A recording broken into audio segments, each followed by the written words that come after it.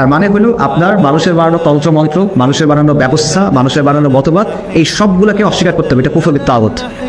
এবং আপনার বলতে হবে আমরা এক আল্লাহর ইবাদত করব মসজিদে, ঘরে, বাইরে, রাস্তায়, হুকুমতের ক্ষেত্রে, সমাজের ক্ষেত্রে। এটা হলো ইমান বিধরাম। এবং আপনার বলতে হবে যে সমাজের মূল দ্বন্দ্ব যেটা ইসলাম আর জাহেলিয়াতের দ্বন্দ্বটার প্রকাশ হলো আল্লাহর আইন বনাম গায়রুল্লাহর আইন।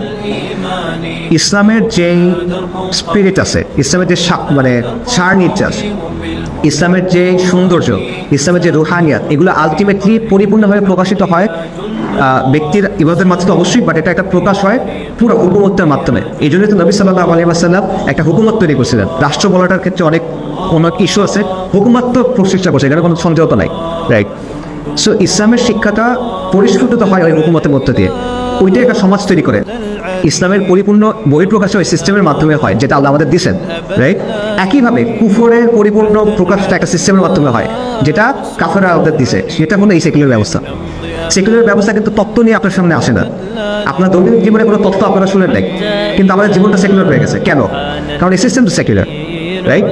তো এই সিস্টেমটা, ইসলামের সিস্টেম আর সেকুলার ব্যবস্থার যে সিস্টেম, এটি আসলে মূল দ্বন্দ্বটা, যেটা আমাদের বুঝতে হবে।